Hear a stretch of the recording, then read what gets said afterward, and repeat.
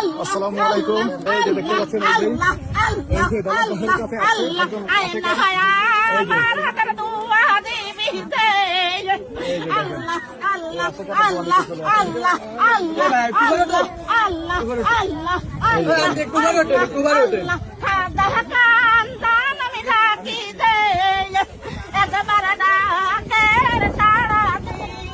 আমার কান্দালতে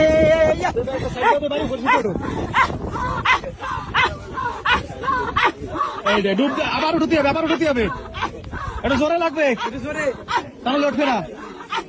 এই যে চমৎকার, এই নতুন কত কষ্ট